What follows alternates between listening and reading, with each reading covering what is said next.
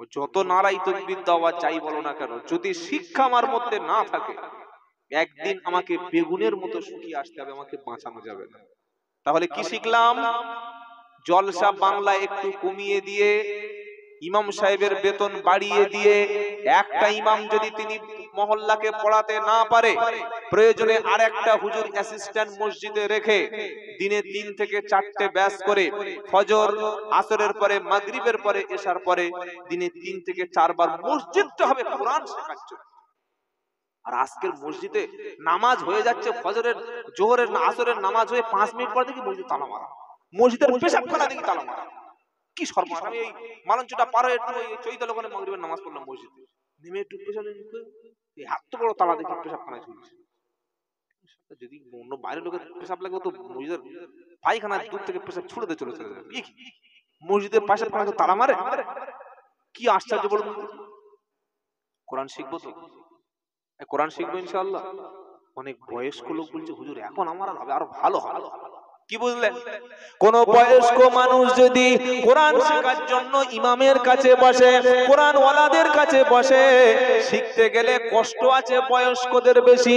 আমার নবী বলেন, শুনে রাখো উম্মত, যদি একজন সিম্পল ভাবে কোরআন পড়ে, একটা অক্ষরে 10টা নেকি পাবে।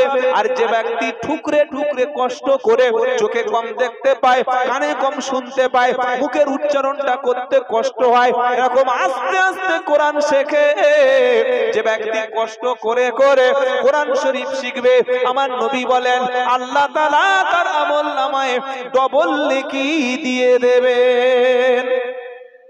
ডবল মানে একটা হলো কোরআন শরীফ পড়ার নেকি, আর একটা হলো কষ্ট করার নেকি। কোরআনের জন্য কষ্ট করলে লস নাই, জোরে হবে না। আল্লাহ তৌফিক দিক, সকলে বলুন আমিন। লজ্জা করবেন না যে ইমাম সাহেব আমার হাঁটুর বয়স আর আমি বুড়ো হয়ে গেছি, তার কাছে পড়বো? হ্যাঁ, আল্লাহর নবী সাল্লাল্লাহু আলাইহি সাল্লামের যে মসজিদটা ছিল, ওই মসজিদের নাম হলো মসজিদে নববী। মসজিদে নববীর সামনে একটা বিশাল বড় জায়গা ছিল, ওই জায়গাটার নাম হলো আসহাবে সুফফা। যে সমস্ত সাহাবাদের ঘর ছিল না, বিবি নাই, বাচ্চা নাই, তাদের কেউ নাই, সবগুলো শহীদ হয়ে গেছে, অথবা নতুন ইসলাম কবুল করেছে, বাপ মা ত্যাগ করে ইসলামে চলে এসেছে। ওই সাহাবারা আল্লাহর নবীর হাতে হাত দিয়ে যা কিছু হাদিয়া আসতো, ওই সাহাবারা মসজিদের সামনে আসহাবে সুফফা নির্দিষ্ট একটা জায়গায় খেতেন, সেখানে ঘুমাতেন। তাদের কাজ ছিল 24 ঘন্টা আল্লাহর কোরআন নিয়ে পড়ে থাকা। আর আমাদের মসজিদগুলো কি সুন্দর টাইলস! সেক্রেটারি সাহেব ডেকে বলছে, ও হুজুর আমাদের মসজিদে চলো, গিয়ে দেখি টাইলস নিচু হয়েছে, দাঁত দেখা যাচ্ছে, এত চকচক চকচক করছে। কাজারিয়া কোম্পানির একদম A1 কোয়ালিটির মাল, তো সাদা ধপধপ ধপধপ করছে, লাইট পড়ছে, মুসল্লিদের এরকম নিচু হচ্ছে, দাঁত দেখা যাচ্ছে আয়নার মতো। ওই টাইলস রেখে মহল্লার মানুষ জান্নাতে চলে যাবে? ওই টাইলস 3 লাখ টাকার বসিয়ে মহল্লার লাভটা কি হবে? যদি কেউ কোরআন না জানে, মসজিদের পাশে ছেলেরা বসে ক্যারাম বোর্ড পিটছে, মসজিদের 100 মিটারের মধ্যে গাঁজার ঠেক রয়েছে, মসজিদের 500 মিটারের মধ্যে লটারির টিকিট বিক্রি হচ্ছে, মসজিদের 1 কিলোমিটারের মধ্যে মদের আড়ত চলছে, আর এদিকে মসজিদের টাইলস। নবীর মসজিদে টাইলস ছিল না, এসি ছিল না, মসজিদে সুন্দর ডেকোরেটর ছিল না, সাউন্ড সিস্টেম ছিল না, মাটির ছিল, ছাউনিটা খেজুর পাতার ছিল, ছাউনিটা একদম দুর্বল ছিল, বৃষ্টি হলে ঝরঝর করে পানিতে সাহাবারা সেজদা দিতেন, কপালে মুখে কাদা লেগে যেত। কিন্তু এমন ভাবে আল্লাহর নবী ট্রেনিং দিলেন, প্রত্যেকটা মুসাল্লি, প্রত্যেকটা সাহাবা ছিল কোরআনওয়ালা। জোরে বলুন। মসজিদ থেকে কোরআন কটা আছে, এত ধুলো কোরআনে পড়া আছে, ওই ধুলো যদি ঝাড়া যায় মসজিদে হাঁটু করে ধুলো হয়ে যাবে। যে কটা কোরআন মসজিদে আছে, কি আছে না নাই? খালি দেখবেন, কাল মসজিদে দেখবেন কটা কোরআন মসজিদে পড়ে আছে, ধুলো জং লেগে রাস্ট পড়ে, তার ভিতরে উই পোকা, সার পোকা, টিকটিকি, আর শোলা, মানে পুরো কি অবস্থা হয়ে গেছে। আল্লাহর কোরআন যদি, সবচেয়ে দামি কিতাবের নাম কি? জোরে বলুন। দামি জিনিস কোরআন। মোবাইলে ধুলো পড়লে জামাতে মুছছে, ও আল্লাহ আমার মোবাইল 20,000 টাকা দাম। আর মসজিদে কোরআন ধুলো পড়েছে, কোনোদিন মুছেছেন? কোনোদিন মনে হচ্ছে কোরআনটা বুকে তুলে নি, হ্যাঁ, যে কোরআনটা একটু খুদিয়ে ধুলো গুলো ঝেড়ে দিই, আর আমি পড়তে পাই না, একটু খুলে দেখলে একটু চুমু খাই? ও সময় হয় না। বাড়িতে বিশাল বড় এলসিডি লাগিয়ে হা করে বসে আস, কি করে জাতির উন্নতি হবে? তাই তওবা করে ফিরে আসুন, এখনো সময় আছে। পায়ে ধরে বলে যাচ্ছি, কোরআন পড়ুন। বাড়ির মায়েরা সন্ধ্যার রান্না করার পরে প্রত্যেকটা মা বাড়িতে কোরআন চালু করুন। এমন একটা সূরা আজকের বলে দিচ্ছি, আপনি আমল করুন, আল্লাহ আপনাকে তাড়াতাড়ি ধনী বানিয়ে দেবে, সম্পদশালী বানিয়ে দেবে। সুবহানাল্লাহ। কাল জুমার নামাজ পড়ে বলবেন, জোরে বলুন না সুবহানাল্লাহ। ওই সূরাটির নাম হলো সূরাতুল ওয়াকিয়া। 27 পারায় একটা সূরা আছে, সূরা রহমানের পরে সূরা ওয়াকিয়া। যে ব্যক্তি সূরা ওয়াকিয়া তেলাওয়াত করবে, আল্লাহ তাআলা সূরা ওয়াকিয়া তেলাওয়াতকারীর ব্যক্তির তার রুজির কষ্ট দূর করে দেবে। পড়বো ইনশাআল্লাহ, জোরে বলুন ইনশাআল্লাহ।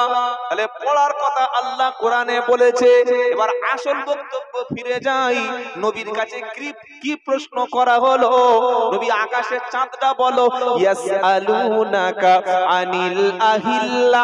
নবী নতুন চাঁদ সম্পর্কে প্রশ্ন করা হয়। পারা নাম্বার 2, লাইন নাম্বার 4, সূরা নাম বাকারা, আয়াত নম্বর 189। হে নবী, আকাশের নতুন চাঁদ সম্পর্কে আপনাকে প্রশ্ন করা হয়, আপনি বলুন চাঁদটা কি? আল্লাহ পাক বলছেন, নবী কুল, নবী বলুন, কুল হিয়া মাওয়াকিতু লিন্নাস। হে আমার নবী, আমি আল্লাহ প্রত্যেক মাসে মাসে চাঁদের পরিবর্তন ঘটাই। মুহররম চলে গেল, সফর শুরু হলো, সফর বিদায় নিল, রজব শুরু হলো, রজব চলে গেল, আরেকটা মাস আসলো, রমজান শুরু হলো, শাবান বিদায় নিল, রমজান শেষ হলো, শাওয়ালের চাঁদ উঠলো, শাওয়াল বিদায় নিল, জিলকদ শুরু হলো, জিলকদ বিদায় নিল, জিলহজ শুরু হলো। এভাবে আমি আল্লাহ আসমানে বিনা পয়সার ক্যালেন্ডার হিসাবে নতুন চাঁদ দিয়ে আমি আল্লাহ মাসের পরিবর্তন করে দিই। বললাম হ্যাঁ ঠিক আছে। তাহলে নবীকে প্রশ্ন করছে আর উত্তর দিচ্ছেন কে? আল্লাহ। নবী নিজের থেকে বলছেন না আল্লাহ থেকে? হ্যাঁ, আল্লাহ থেকে। আরেকটা প্রশ্ন, চলুন। এই প্রশ্নটা আছে সূরা বাকারার 215 নম্বর আয়াত, দ্বিতীয় পারা, 12 পৃষ্ঠা 14 নম্বর লাইনে একদম নিচের অংশে আছে। কয়েকজন মুসলমান এসে ফের নবীকে প্রশ্ন করছে কি, ইয়াসআলুনাকা মাতা ইনফিকুন। নবী, আপনাকে প্রশ্ন করা হয় যে আমরা যখন আমাদের টাকা, অর্থ, সম্পদ যখন ব্যয় করব, খরচ করব, প্রথমে কার পিছনে খরচ করব? নবী চুপচাপ আছেন, কোনো কথা বলছেন না। কথা তো বলাবেন কে? যদি বলেন আল্লাহ। আল্লাহ বলছে জিবরাইল চলে যাও। জিবরাইল এসে নবীকে বলে দিচ্ছে, বলো, কুল মা আনফাকতুম মিন খায়রিন ফালিল ওয়ালিদাইনি ওয়াল আকরাবিন ওয়াল ইয়াতামা ওয়াল মাসাকিন ওয়াবনিস সাবিল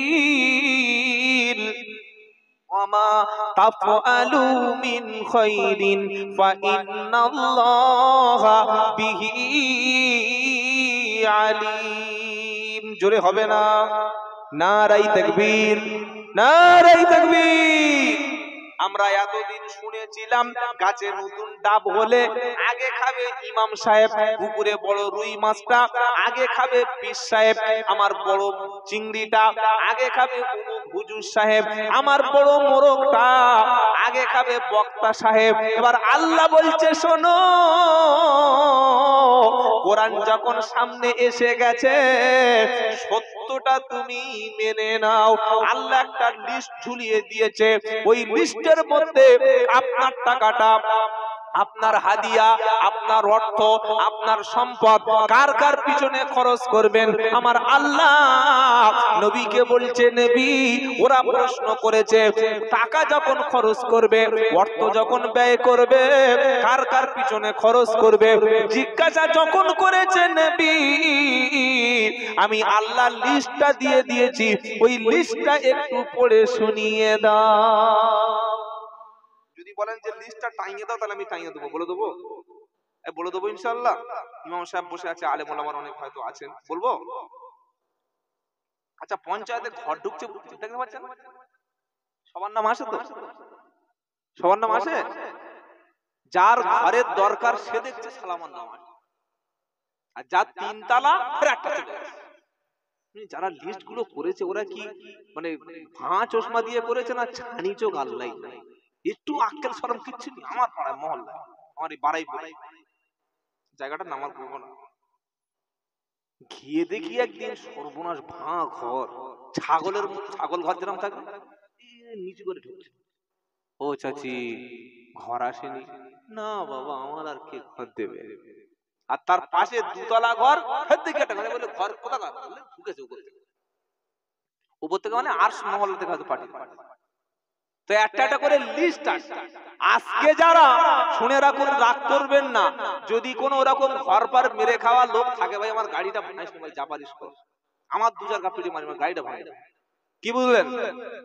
আজকে যারা প্রকৃত ঘর প্রাপ্য, যাদের ঘর পাওয়ার অধিকার আছে, মমতা ব্যানার্জি আবাস যোজনায় যাদের ঘর দিচ্ছে, তাদের নামগুলো যদি আপনি ইচ্ছা করে করে কেটে দেন, কালকে জান্নাতের গেটে ঢোকার সময় দেখবেন নাম নেই। কি হলো? নামটা কই? ওদিকে যা। তোর এখন লিস্টে নাম আছে নাই, সামনে গিয়ে দেখছে জাহান্নাম, ঢোক আগে ঢোক। কি বুঝলেন? বললে আল্লাহ নামাজ পড়েছি, হজে গেছি, আজমিরে গেছি, ফুরফুরায় গেছি, বসিরহাটে গেছি, গিয়েছো সব জায়গায়, কিন্তু নামটা কেটেছিলে তুমি, আজ তোমার নামটা খাতা থেকে কেটে দিলাম, তখন কি করবেন? কি করবেন তখন? এজন্য বেইনসাফি করা যাবে না, ইনসাফ করতে শিখুন। রাজনীতি 1000 বার করুন, কে বলছে রাজনীতি করতে নিষেধ? কে বলেছে? করুন না, ইনসাফ করুন। যারা ভোট দিয়েছে সেই পাড়ায় ঢালাই রাস্তা, যারা ভোট দেয়নি তাদের মাটিতে হাঁটাচ্ছে কাদায়, আছাড় খেয়ে মর। এমন রাস্তায় অ্যাম্বুলেন্স রাস্তা যেতে যেতে বাচ্চা হয়ে গেছে। কি হয় কি হয় না? এই বেইনসাফি হয় না? হয় কি হয় না? এবার আল্লাহর দেওয়া লিস্ট একটু পড়ে শুনিয়ে দিই, যে আপনার টাকা, আপনার হাদিয়া কাদের কাদের পিছনে খরচ করবেন। আল্লাহ বলছেন নবীর লিস্টটা শুনিয়ে দাও। কুল মা আনফাকতুম মিন খায়রিন ফালিল ওয়ালিদাইনি ওয়াল আকরাবিন ওয়াল ইয়াতামা ওয়াল মাসাকিন ওয়া বুনিস সাবিল ওয়া মা তাফআলু মিন খায়রিন ফা ইন্নাল্লাহা বিহি আলিম। যদি বাংলা কোরআন বাড়ি থাকে, মোবাইলে মেরে দেখুন সূরা বাকারার 215 নম্বর আয়াত। এর পরে যদি না মেনে নেন, তাহলে আবু জাহেলের ভাড়াবাই ছাড়া আর কিচ্ছু নয়। আল্লাহর নবীকে প্রশ্ন করা হলো, নবী আমরা কার কার পিছনে টাকা পয়সা, হাদিয়া, মুরগি, হাঁস, ছাগল, গরু, দুম্বা, ফল খাওয়াবো, কার কার পিছনে অর্থ খরচ করব বলো। এবার আমার নবী কিছু বলতে যাবে, আল্লাহ বলছেন হাবিব আমি আল্লাহ যেটা বলেছি ওটাই তুমি উম্মতের কাছে শুনিয়ে দাও। শুধু শুনিয়ে দিলে হবে না, ওটা কোরআনে আমি আল্লাহ কোট করেছি। কিয়ামত পর্যন্ত বান্দা যখন অর্থ একটা একটা করে খরচ করবে, এই লিস্ট ধরে ধরে যেন খরচ করে। যারা আলেম আছেন নিশ্চয়ই বুঝতে পেরেছেন। প্রথমে লিস্টে নাম এসেছে উলমা আনফাকতুম মিন খায়রিন ফালিল ওয়ালিদাইন। প্রথমে লিস্টের নাম এসেছে জন্মদাতা পিতা আর জন্ম গর্ভধারিণী মা। ছেলেরা তো হাত ধরে টানছিল আমার নাস্তা করাবে বলে, আর প্রথমে যেখানে গেছি আপেল, আঙুর, সিঙ্গাড়া কি খাবে। লোক হুজুরদের জান দিয়ে ভালোবাসে, বাসে কি বাসে? আল্লাহর কোরআন প্রথমে বলছে তুমি হুজুরকে খাওয়াচ্ছ খাওয়াও, আলেমকে খাওয়াচ্ছ খাও, কিন্তু তুমি যদি মনে করো কারোর পিছনে টাকা খরচ করে খাইয়ে কারোর হাদিয়া দিয়ে আমি জান্নাতে যেতে চাই, তাহলে প্রথম লিস্টে তোমার বাপ আর মায়ের নামটা তুলে দিয়েছি। বলুন সুবহানাল্লাহ। মাঝে মাঝে হাতে হাত দিয়ে হুজুর 100 টাকা টুক করে দিয়ে দিয়েছে, মুসাফা করছে। আবার কিছু কিছু হুজুর আছে টাকা ছাড়া মুসাফাই করে না। কি বুঝলেন? টুক করে 100 টাকা দিয়েছে, মানে কেউ ধরতে পারে, ফুস করে দিয়ে গেছে 100 টাকা, 500 টাকা। আর বড় বড় পার্টি হলে 1000 টাকা পুচ করে দিয়ে এক ফিলো মনে চলে গেছে। ভেবে বলুন, যে বাপ ছোটবেলায় আপনার বাড়ির সামনে জলসা, ছেলে হাত ধরেছে, আব্বা আমি জলসায় যাব, ওই খাবারটা খাবো, ওইটা কিনে দাও। আল্লাহ ওই আব্বা ওই বেলুনটা কিনে দাও, ওই খাবারটা কিনে দাও। বাপ সেদিন ছেলের মুখে থাপ্পড় মেরে ফেলে দিয়ে বাড়ি চলে এসেছে। জোরে বলুন। আব্বা তখন পকেটে টাকা ছিল, নিজে ভালো করে খায় নাই। 500 টাকা নোটটা খুচরো করে ছেলে যে যে খাবার বলেছিল, যে যে খেলনা কিনতে চেয়েছিল, সবগুলো দিয়েছে। যে ছেলের জন্য বাপ সারাটি জীবন ঠান্ডায় কষ্ট করেছে, আজও পর্যন্ত বাপ ভালো জুতো পরে না, আজও পর্যন্ত ভালো চাদরটা কেনে না। যে মা আমি ছোটবেলায় বিছানায় পেশাব করে দিয়েছি, মা পেশাবটা পরিষ্কার করেছে, খেতে খেতে পায়খানা করে দিয়েছি, মা ছুঁড়ে ফেলে দেয় নাই। মায়ের ঘৃণা বলতে আর কিছু নাই, পায়খানা পরিষ্কার করে বাকি খাবারটা খেয়েছে। দেখবেন বাচ্চা যখন পেশাব পায়খানা করে, মা তখন রেগে যায় না, মা পেশাব পায়খানাটা পরিষ্কার করে আবার শেষে বাচ্চাকে মুখে একটা চুমু খায়। যে মা সারা জীবন তোমার পেশাব পরিষ্কার করলো, পায়খানা পরিষ্কার করলো, তুমি হাসলে মা হেসেছে, তুমি কাঁদলে মা অখুশি হয়েছে, তুমি ঘুমালে তবে মা ঘুমিয়েছে, তোমার খাইয়ে তবে মা খেয়েছে, তোমার ঘুম পাড়িয়ে দিয়ে মা ঘুমিয়ে পড়েছে। ওই মাকে জলসার দিনে একবার অন্তর থেকে প্রশ্ন করো, 500 টাকার নোট কটা মায়ের হাতে গেছে প্রশ্ন করো। আল্লাহ তো অনেক আগে কোরআনে বলেই দিয়েছে, 1400 বছর লিস্ট করেই দিয়েছে যে আগে বাপ মার হাতে টাকা দাও। ঈদের দিন ছুটে গিয়ে হুজুরের এমন করে জড়িয়ে ধরেছে, হুজুরের ধুমন লা ইলাহা ইল্লা আনতা সুবহানাকা। লোক যে হুজুর দোয়া ইউনুস পড়ছে, কি দেখা পেয়ে দেখতে পাচ্ছেন আমার কি শাস্তি দিচ্ছে। হুজুর ধরেছি মানে ও তো জানে 500 টাকা দিয়ে এমন 5 মিনিট ধরে রাখবো, আর তো এখন 1 বছর ঈদে নামাজ আসবো না। মরণ ধরা কি ধরা বলবো, মরণ ধরা। হুজুরকে দেন 500 টাকা, আরো বেশি করে দেন। কিন্তু নিজের বাপের কবে বুকের সঙ্গে ধরে 500 টাকা দিয়েছেন, বাড়িতে গিয়ে ভাববেন। কিছু কিছু জায়গায় হুজুর আসলে হুজুরের পায়ে হাত দিয়ে চুমু খাচ্ছে, মনে করছে পীর সাহেবের পায়ে চুমু খেলে একদম হারাম করে জান্নাত খুলে যাবে। আগে দেখো যে পীর কিনা। আসল পীর তো বাবা মা। বাবা মা চাইতে বড় পীর আর পৃথিবীতে কেউ নাই। পৃথিবীর সব পীর সাহেব যদি দোয়া করে কবুল হতে পারে, নাও হতে পারে, কিন্তু বাপ মা দোয়া করলে নবী বলেছেন সালাসু দাওয়াতিন মুস্তাজাবাত, তিন ব্যক্তির দোয়া কবুল হবে, লা শাক্কু ফিহিন্না, কোনো সন্দেহ নাই, কোনো রকমের কোনো মানে সন্দেহ এরকম করো না, করলেই কবুল হবে। তার মধ্যে তোমার বাপ মা, বলুন সুবহানাল্লাহ।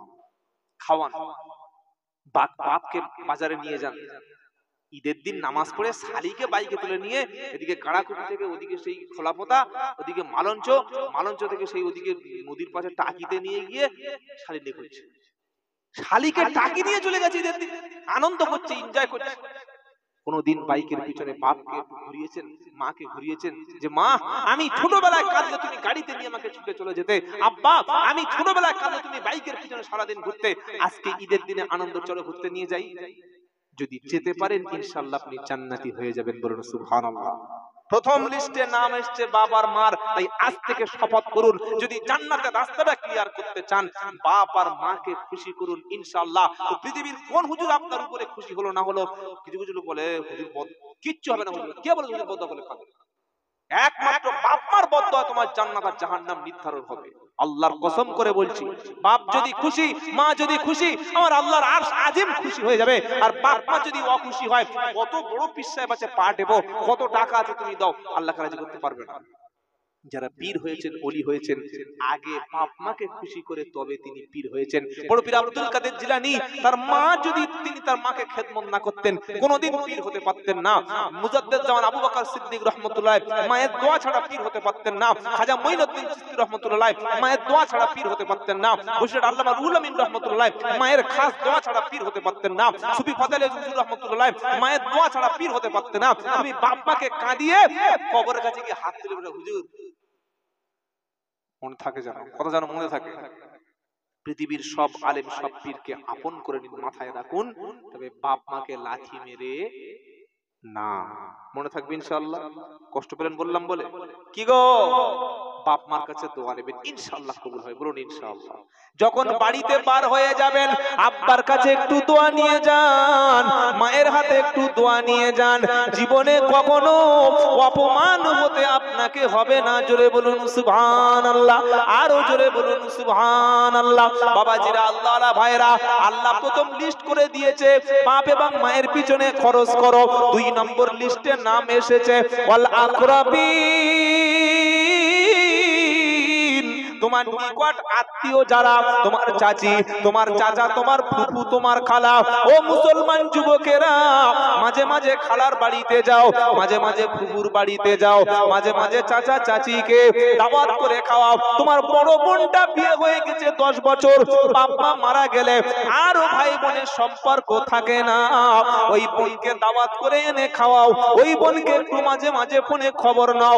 আমার নবী বলেন, কেউ যদি রুজিতে বরকত চায়, কেউ যদি বেশি দিন বাঁচতে চায়, কেউ যদি নেক হায়াত কামনা করে, সে যেন আত্মীয় স্বজনের সঙ্গে ভালো ব্যবহারটা করে, আত্মীয় স্বজনের সাথে ভালো ব্যবহারটা করে। তোমার বড় বোন তোমাকে মায়ের মতো মানুষ করেছে, তোমার বড় ভাই বাপের মতো তোমার মানুষ করেছে, সেই ভাইয়ের সঙ্গে তোমার ঝামেলা, সেই বোনের সাথে তোমার সম্পর্ক নষ্ট। ঈদের দিনে তোমার বাড়িতে 12-14টা আত্মীয় স্বজন বন্ধু বান্ধব এসেছে, বিভিন্ন কলেজের পুরাতন বন্ধুরা এসেছে, তোমার অফিসের লোক এসেছে, আনন্দ করে খাওয়া দিচ্ছ। তোমার বড় ভাইটা পাশের রুমে আছে, তোমার সাথে তোমার বিবির সাথে তোমার বড় ভাইয়ের বিবির ঝগড়া হয়েছিল, আজ 13 বছর ঝগড়া তুমি কথা বন্ধ করে দিয়েছো। না না, বাড়িতে ফিরে গিয়ে বড় ভাইকে তুমি বুকে জড়িয়ে ধরো, বড় ভাবিকে ডেকে তুমি হাত ধরে ক্ষমা চাও। বড় ভাই যদি রাজি থাকে, বড় বোন যদি রাজি থাকে, চাচা যদি রাজি থাকে, ফুফু যদি রাজি থাকে, খালা খালু যদি রাজি থাকে, আমার নবী বললেন তোমার হায়াত বেড়ে যাবে আর তোমার রুজির বরকত আল্লাহ দিয়ে দেবে।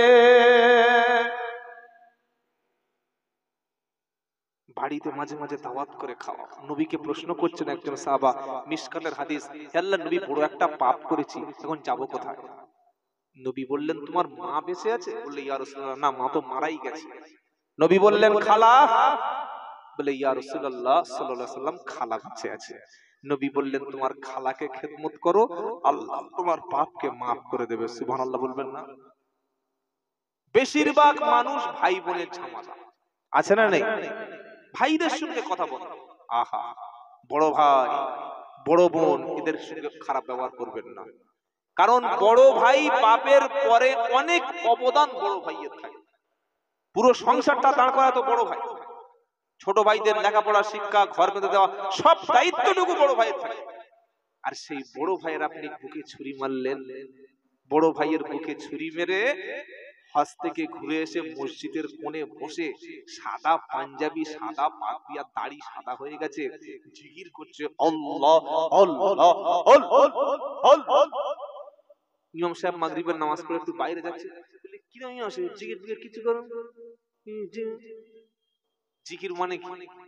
জিকির মানে হলো আল্লাহ স্মরণ। তুমি আল্লাহ স্মরণ করছো, কিন্তু নিজের মায়ের পেটের ভাইয়ের পিছনে তুমি ছুরি মারছো। তুমি বড় জাকেরিন বান্দা সেজে সাদা পাগড়ি পরিয়েছো, কিন্তু মনটা এখনো সাদা করতে পারোনি। এই যে পোশাক দেখছেন না, এগুলো হলো মানুষকে বোকা বানানোর লেভেল। কি বুঝলেন?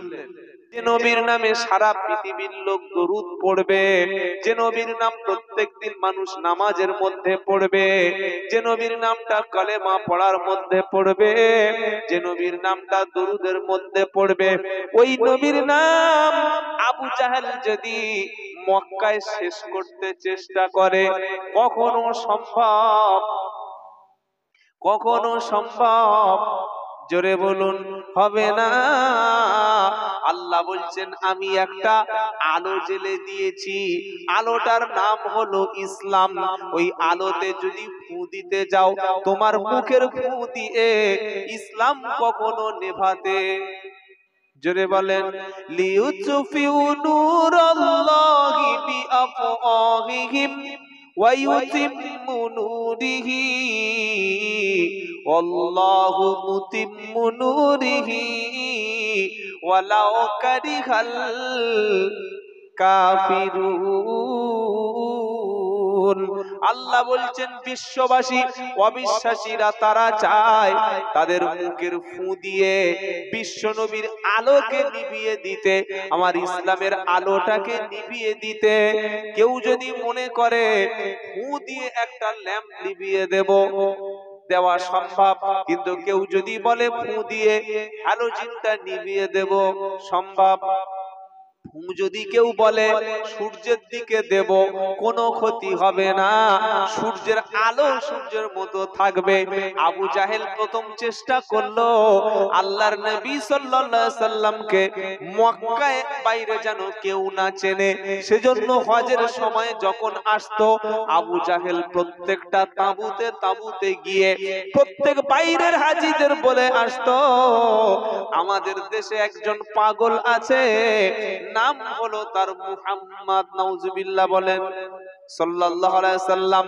তারা বলতো ওয়াকালু ইয়া আইয়ুহাল্লাযী নুজিলা আলাইহিদ যিকরু ইন্নাকা লামাজনুন। 14 পারা প্রথম পৃষ্ঠা সূরা হিজরের 6 নম্বর আয়াতে তারা বলতো যার উপরে কোরআন এসেছে সে একটা পাগল ছাড়া অন্য কিছু নয়।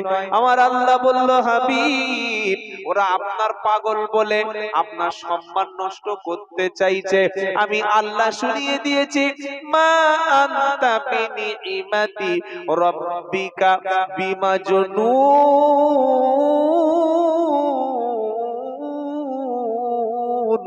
29 পারা সূরা কলামে আমার আল্লাহ বলছে, হাবিব, আপনার রবের দয়ায় আপনি কোনদিন পাগল নন।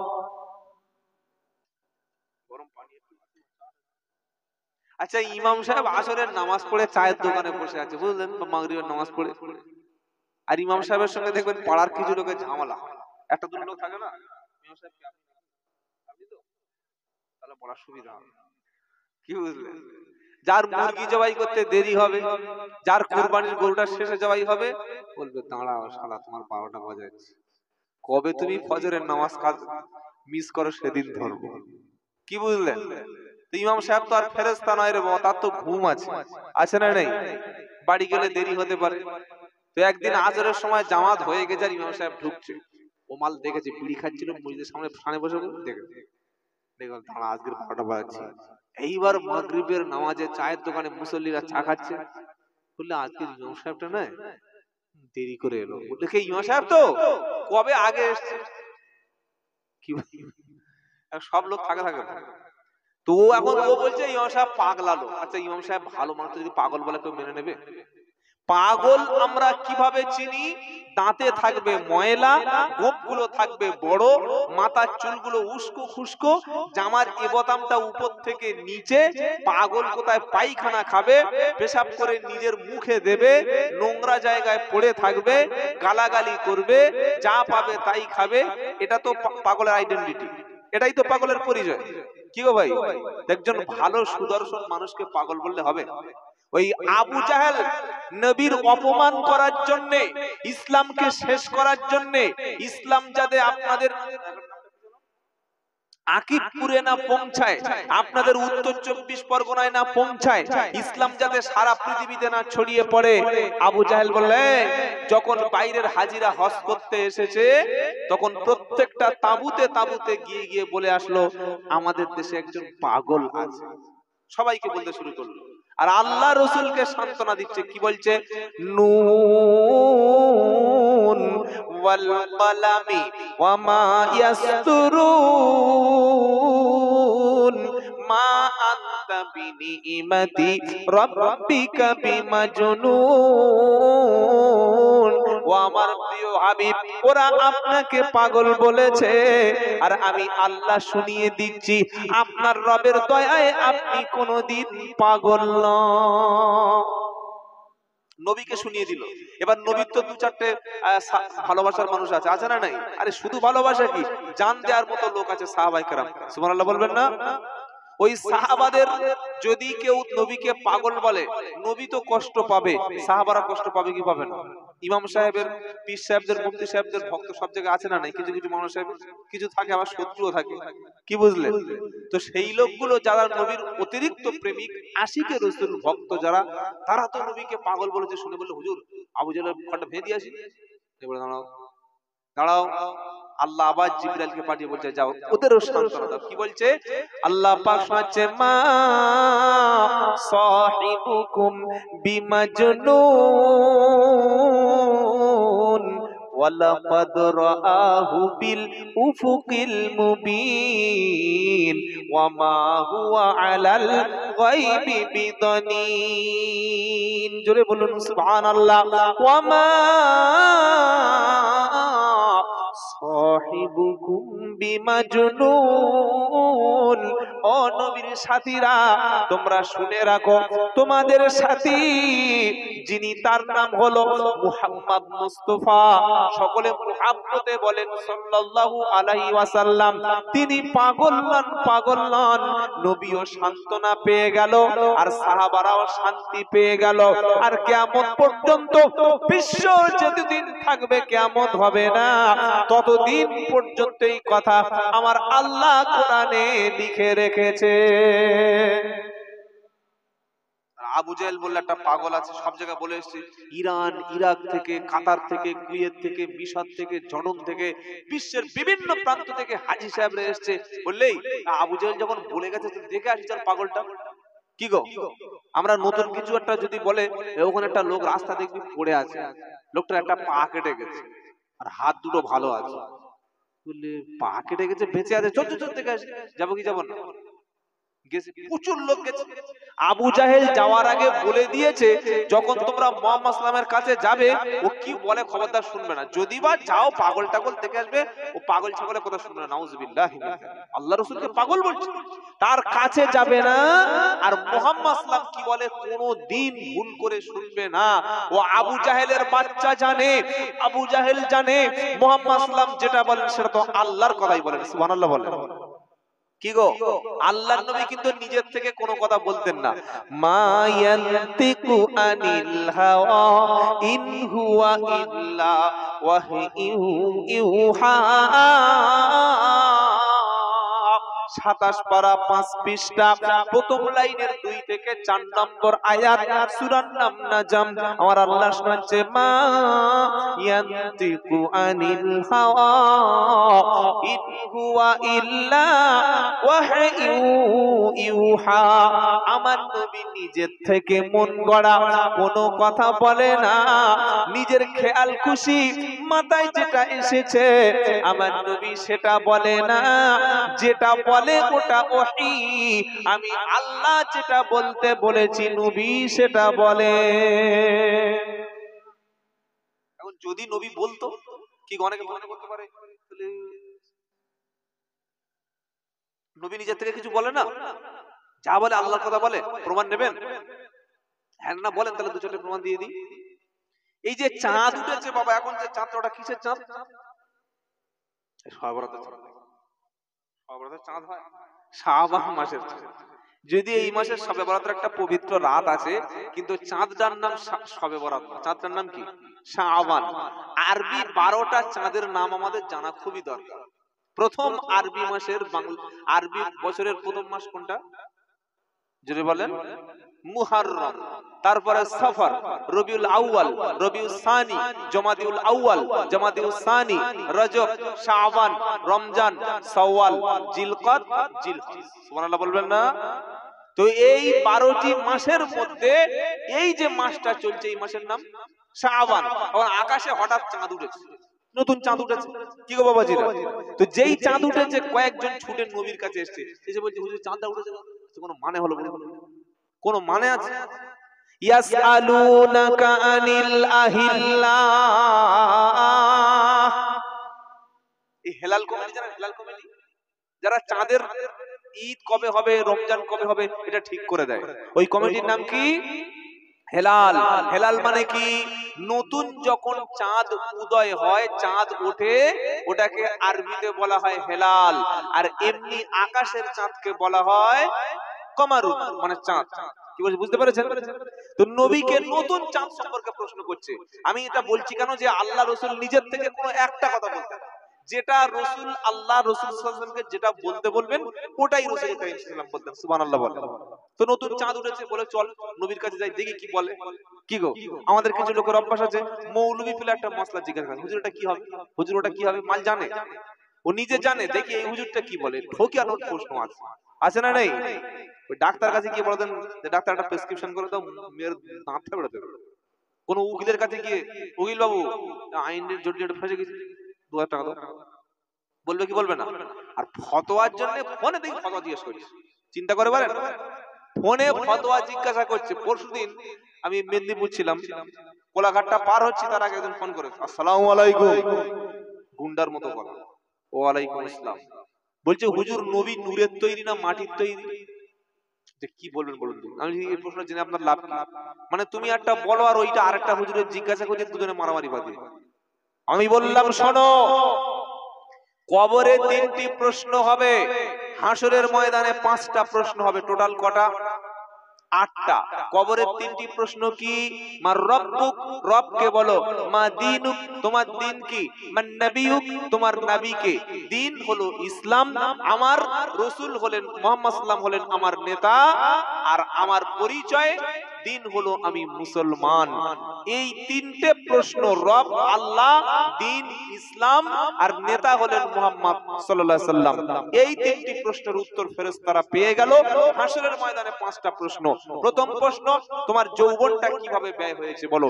দ্বিতীয় প্রশ্ন, সারা জীবন তুমি কিভাবে সময় কাটিয়েছো বলো। তৃতীয় প্রশ্ন, তোমার সোর্স অফ ইনকাম কি ছিল, কিভাবে মাল কামিয়েছো। 4 নম্বর প্রশ্ন, যতটুকু মাল অর্জন করেছিলে তার মধ্যে তুমি যে খরচ করেছো হারামের পিছনে না হালালের পিছনে, কোন ভাবে পয়সা খরচ করেছো বলো। 5 নম্বর প্রশ্ন হলো, তুমি যতটুকু ইলম শিখেছিলে সেই ইলম অনুযায়ী আমল করেছো কিনা বলো। কবরে 3টি প্রশ্ন, হাসরের ময়দানে 5টি প্রশ্ন। এই 8টি প্রশ্নের উত্তর যখন তুমি দিতে পারবে, আল্লাহর ফেরেশতারা তখন তোমার জান্নাতে নিয়ে যাবে। সুবহানাল্লাহ বলবেন না? তো এই প্রশ্নের ভিতরে কি নবী সম্পর্কে জিজ্ঞাসা করা হবে, এই নবী নূর না মাটি বলো, জিজ্ঞাসা করা হবে? বলছে না, তুমি প্রশ্ন করছো না, একটু জানছি। আরে এটা জেনে তোর লাভটা কি? আল্লাহর নবী সাল্লাল্লাহু আলাইহি ওয়াসাল্লামের সুন্নাত কেমন ছিল, কিভাবে খেতেন, কিভাবে ঘুমাতেন, কিভাবে পোশাক পরতেন, কিভাবে নামাজ পড়তেন, ভাইদের সঙ্গে কি ব্যবহার করতেন, কিছু জানো? বলছে না জানি না। তোমার এই ট্যাবলেটটাকে খাইয়েছে, ফিতনার ট্যাবলেটটাকে খাইয়েছে। কিছু কিছু জলসায় দেখবেন কিছু ফিতনা জলসা বাজাচ্ছে, বাবারা আল্লাহর নবী সাল্লাল্লাহু আলাইহি ওয়াসাল্লাম বলে একটা টান দিল, নবীকে হাজির নাজির বলতে হবে, তা না হলে কাফের। নবীকে নূর বলতে হবে, তা না হলে কাফের। আল্লাহর নবী তিনি এটা ছিল বলে বলে বলে মোটামুটি পুরো পাড়ার মধ্যে 2-3টে ভাগ করে চলে গেছে। আল্লাহর নবী যে প্রথমে আল্লাহর কোরআন নবীর উপরে এসেছিল সেটা ছিল শেখো, সেটা ছিল পড়ো, ইকরা বিসমি রাব্বিকাল্লাযী খালাক। এইটা বললে তো বক্তার দাওয়াত হবে না। ও জানে সবাই যদি পড়ে, সবাই যদি কোরআন শিখে যায়, সবাই যদি নামাজ পড়ে নেয়, সবাই যদি ছেলেকে মাদ্রাসায় দিয়ে দেয়, সবাই যদি শিক্ষিত হয়ে যায়, তো জলসার লাইনটাই বন্ধ হয়ে যাবে। কোরআনের প্রথম শব্দ ছিল কিন্তু পড়ো। মুসলমানদের প্রথম কথা হলো পড়ো। আল্লাহর পক্ষ থেকে আসমানি কিতাব পৃথিবীতে যেটা এসেছিল প্রথমে নামাজ, রোজা, হজ, যাকাত কিছুই না।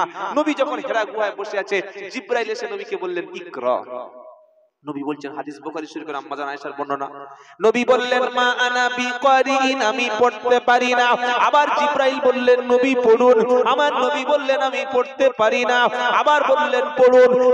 তিনবার যখন বিশ্ব নবী বললেন মা আনা বিকারিন, আমি তো পড়তে পারি না, জিবরাইল আলাইহিস সালাম আল্লাহর নবীকে সজোরে বুকে একটা চাপ দিলেন। আল্লাহর নবী একটু কষ্ট পেলেন। আমার নবীর জবান থেকে আল্লাহ সূরা আলাকের 5টি আয়াত অটোমেটিক উচ্চারণ হয়ে গেল।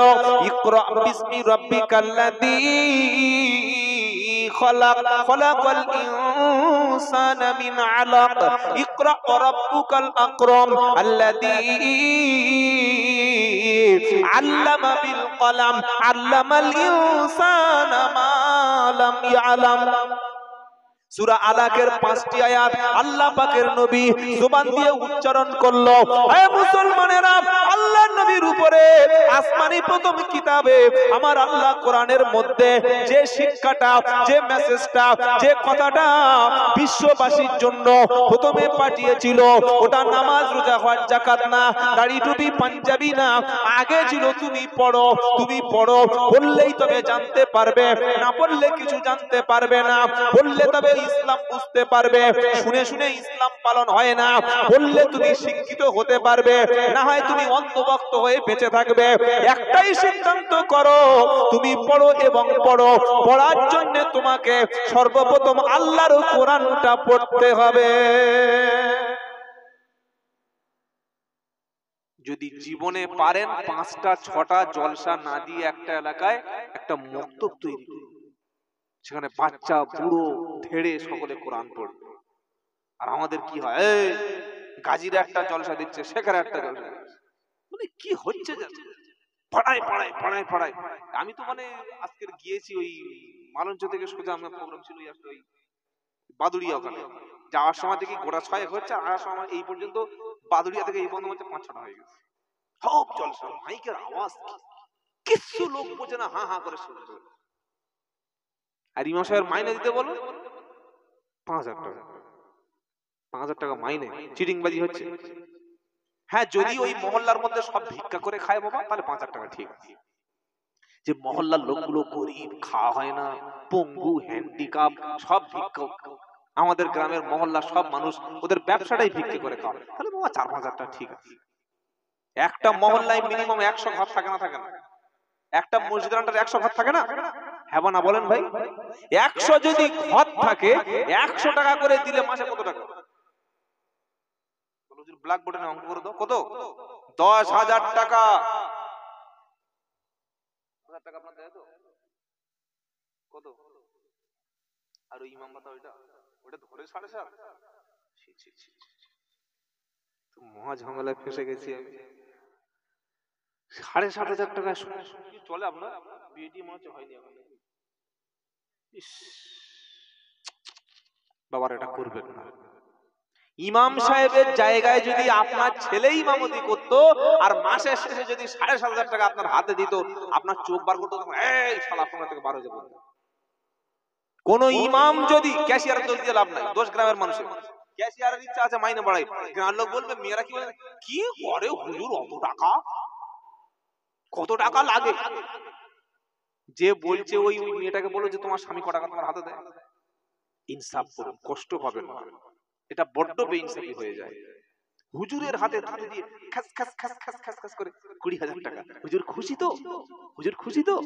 খুশি না হলে কি তুই জাহান্নামে চলে যাবি? হুজুর যদি খুশি না হয় জাহান্নামে যাবি? যে ইমাম 30 দিন ডিউটি করছে, আপনার বাপ মারা গেছে রাত 12টার সময়, গোসল দেবে কে? হসপিটালের ডাক্তার, প্রধান বলছে ও হুজুর আমার বাপের গোসল দাও। তা জমিটা 3 মাস 10 কাঠা নামে লেখ। ইমাম সাহেব পাশে তো মাস্টারি করে, এই ঠ্যাং ধুয়ে দাও, মাথার দাড়িটা মুছে দাও, করে কি করে না? ইমাম সাহেবের কাছে মুরগি জবাই, ছাগল জবাই, গরু জবাই, বিয়ে পড়ানো, মরলে হুজুর, কাঁদলে হুজুর, হলে হুজুর, ভূত ধরলে হুজুর, ভূত ছড়ানো হুজুর। হুজুরের কত জায়গা না কাজে লাগা, বাচ্চা হয় না বলে হুজুর একটু দোয়া করো। চিন্তা করতে পারে? একটা ইমামের সম্মান করুন, সাম্মানিকটা বাড়িয়ে দিন। বাবাজিরা, আল্লাহওয়ালা ভাইয়েরা, পশ্চিম বাংলার জমিনে সবচাইতে বেশি জলসা হয়। যত টাকা জলসায় খরচ হয়, 4-5টা জলসার খরচ কমিয়ে নে। প্রত্যেকটা মহল্লায় একটা করে মক্তব থাকবে, যে মক্তবে ফজরের নামাজের পরে বাচ্চারা কোরআন পড়বে, আসরের নামাজের পরে হাই স্কুলে যারা পড়ে তারা কোরআন পড়বে, মাগরিবের নামাজের পরে যারা একটু বয়স্ক তারা কোরআন শরীফ পড়বে, ইমামের কাছে বসে কোরআন শিখে নেবে। এরকম যদি 4-5টা বছর প্রত্যেকটা মসজিদে মক্তব চালু হয়, আমি আব্দুল্লাহ জুবায়ের বলছি, কথাটা লিখে রেখে দেন, 5 থেকে 10 বছর যদি এরকম কোরআন শেখার কর্মসূচি যদি তৈরি করা হয়, ইনশাআল্লাহ এই আকিপুরে প্রত্যেকটা মহল্লার প্রত্যেকটা ঘরে ঘরের মানুষ আল্লাহর কোরআনকে দেখে পড়তে পারবে। আর আল্লাহর কোরআন যখন সবাই পড়তে পারবে, সবাই তখন আল্লাহ ওয়ালা হয়ে যাবে। আর কোরআন পড়নেওয়ালা ব্যক্তি কিয়ামতের দিন কোরআনের সুপারিশে আল্লাহর নবীর সাথে আল্লাহর জান্নাতি হয়ে যাবে। লেজ ধরে পার হয়ে যাব ও চিন্তা মাথা থেকে বাদ দিন, লেজ খুঁজে পাবেন না, অত সহজ নয় বাবাজি। আমরা যারা বলছে আমার দলে থাকলে জান্নাতি, নিজে খুঁজেই তো পাবে, কোটি কোটি কোটি মানুষ কোথায় পাবে না। ফোন নাম্বার আছে, ফোন করি দেখি হুজুর কি করছে, কি বুঝলেন? আল্লাহর কসম কোরআন সুপারিশ করবে, জোরে বলুন সুবহানাল্লাহ। যে কোরআনের সাথে ছিল, কবরটা যখন হঠাৎ অন্ধকার হয়ে যাবে, এই আলো নাই, বাতাস নাই, টিউব লাইট নাই, কোনো কিছু নাই, লাইট নাই, হঠাৎ দেখবে কবরটা আলো আর আলো। বলুন না সুবহানাল্লাহ। বান্দা বললো আমার ছেলে মাথার কাছে হারকেল লাইট জ্বেলে দিয়েছে নাকি, নাকি ভিতরে একটা জিরো বাল্ব নাইট লাগিয়ে দিয়ে গেছে। আল্লাহর ফেরেশতারা বলবে ওটা অন্য কোনো আলো না, ওই আলোটা ছিল তোমার কোরআন পড়ার আলো। জোরে বলুন সুবহানাল্লাহ। আমরা মৌলবীরা কি তাকবীর দিই, আল কোরআনের আলো ঘরে ঘরে চালো, বলি না বলি না? এই কোরআন শুধু দুনিয়ায় আলো জ্বালবে না, ওই অন্ধকার কবরটায় যেদিন একা বাপ বেটা ছেলে মেয়ে স্ত্রী পুত্র জামাই খালি মাটি দিচ্ছে আর চলে যাচ্ছে, 4টের সময় জানাজা হবে বলেছে, 4:20 বেজে গেছে, তখন পারলো বলছে মরে কোনো মরেও বেশ 4টে জানাজা 20 বেজে এখন দেরি হয়ে যাচ্ছে, জানাজার মাটিটা দিচ্ছে আর শুধু ছুটছে, লোক দাঁড়ায়, জানাজার মাটিতে লোক দাঁড়ায়, খালি বলছে চল বাড়ি চল বাড়ি চল, এত দেরি করে সবাই ফেলে রেখে আপনার চলে যাবে ওই অন্ধকার কবরটা। আল্লাহর কসম করে বলছি, একটু ইমাম সাহেবের কাছে বসে নিজের ছেলেটাকে নিজের মেয়েটাকে আপনি বসে একটু কোরআনটা শিখে নিন, ইনশাআল্লাহ কবর যেদিন আপনার জন্য চেপটে সংকীর্ণ হয়ে আসবে, সেদিন কোরআন কি আপনার কবরে ঢুকে দাঁড়ায়, এই দাঁড়া, কাকে শাস্তি দিচ্ছিস? এই জবান দিয়ে কোরআন পড়তো, এই হাত দিয়ে কোরআন ধরতো, এই চোখ দিয়ে কোরআন দেখতো, এই কান দিয়ে কোরআন শুনতো, এই পবিত্র চেহারায় কোরআন বুলিয়ে নিত। আমি নিজে দেখেছি যারা প্রকৃত আশিকে রাসূল, প্রকৃত কোরআনওয়ালা, ওরা কোরআন পড়ে আর চোখ থেকে পানি ফেলে। জোরে বলুন সুবহানাল্লাহ।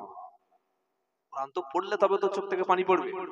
কি গো, ওয়া ইদা সামিউ মা উনজিলা ইলার রাসূল তারা আইউনাহুম তাফিদু মিনাদ দামঈ মিম্মা আরাফু মিনাল হাক্কি ইয়াকুলুনা রাব্বানা আমান্না ফাকতুবনা মা'আশ শাহিদিন। 7 পারার প্রথম পৃষ্ঠা 1 নম্বর লাইনে 83 নম্বর আয়াত সূরা মায়েদা, একদম পৃষ্ঠার প্রথম খুললে মোটা মোটা অক্ষরে লেখা আছে, আল্লাহ পাক বলছে ওয়াইদা সামিউ